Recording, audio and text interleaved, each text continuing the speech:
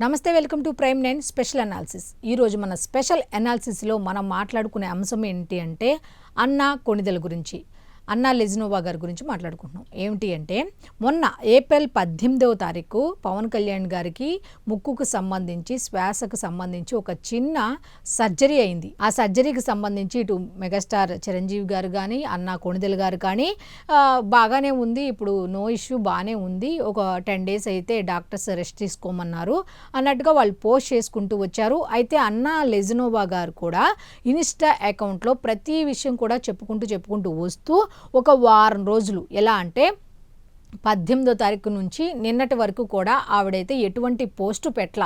ఎందుకు అంటే పవన్ కళ్యాణ్ గారికి రెస్ట్ అవసరం, ఆవిడ అవసరం ఉంది కాబట్టి ఇలా పోస్టులు పెట్టుకోరు కాబట్టి. ఎందుకంటే మనం మన ఇళ్లల్లో మన ఇంటి పెద్దకి హెల్త్ బాగోకపోతే ఏం చేస్తాం?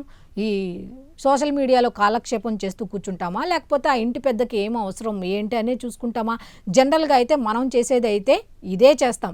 సో ఆవిడ ఇక్కడికి వచ్చింది కాబట్టి ఇక్కడ పద్ధతులు అనుసరిస్తూ ఆవిడ కూడా ఏం చేసింది అంటే ఎటువంటి పోస్ట్ చేయకుండా పవన్ కళ్యాణ్ గారిని చాలా జాగ్రత్తగా చూసుకుంటూ బిజీగా ఉన్నారు.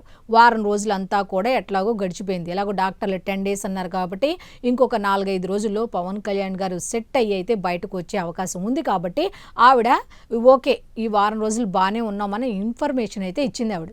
ఇక దీన్ని కూడా వాడుకున్నారండి. ఎంత దరిద్రం అంటే ఆవిడ ఒక పోస్ట్ చేశారు. ఏమిటి అంటే it's been a very long and tiring week.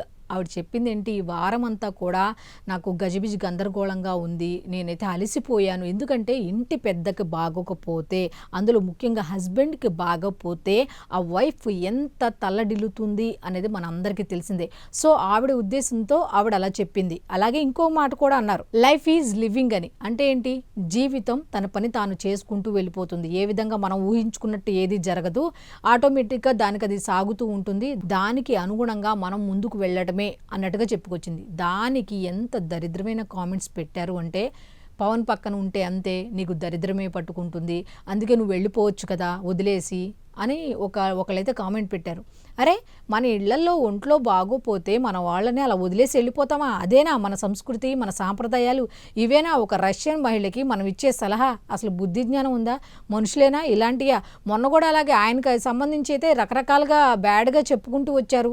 సరే అది పక్కన పెట్టేయండి, ఎందుకంటే మీ ఓటమికి ఆయన కారణం కాబట్టి ఆయన్ని రకరకాలుగా మాట్లాడుతున్నారు. వాటికి ఎంత ఖండించినా మీ ప్రాసెస్ అయితే ఆపరు. కానీ ఒక రష్యన్ మహిళకి మన సంప్రదాయం గురించి అదేనా చెప్పేది? పవన్ పక్కన ఉంటే దరిద్రం అలాగే ఉంటుంది, నువ్వు వెళ్ళిపో, నీకేం అవసరం, అతనికి సేవ చేయాల్సిన అవసరం. నేనైనా అతను అంటున్నా, మరి దరిద్రంగా వాళ్ళు సంబోధించారు.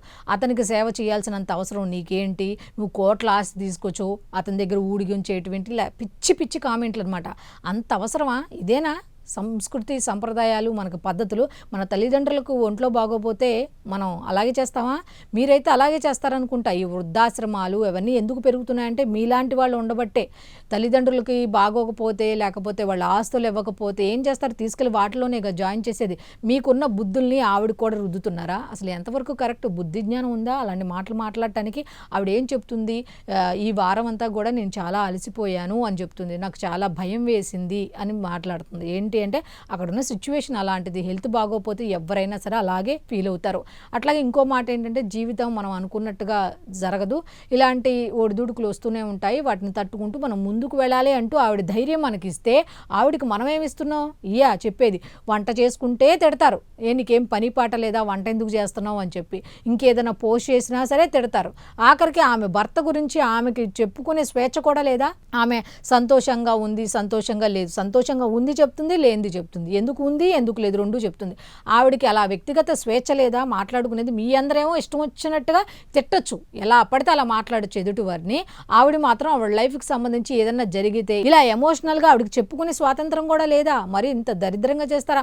ఇంకొక ఎంత సభ్యత గల మనిషి అంటే మీరందరూ కూడా మా హస్బెండ్ కోసం ఇలాగా ప్రేయర్ చేశారు కాబట్టి మీ అందరికీ కూడా ధన్యవాదాలు అంటూ థ్యాంక్స్ కూడా చెప్పింది.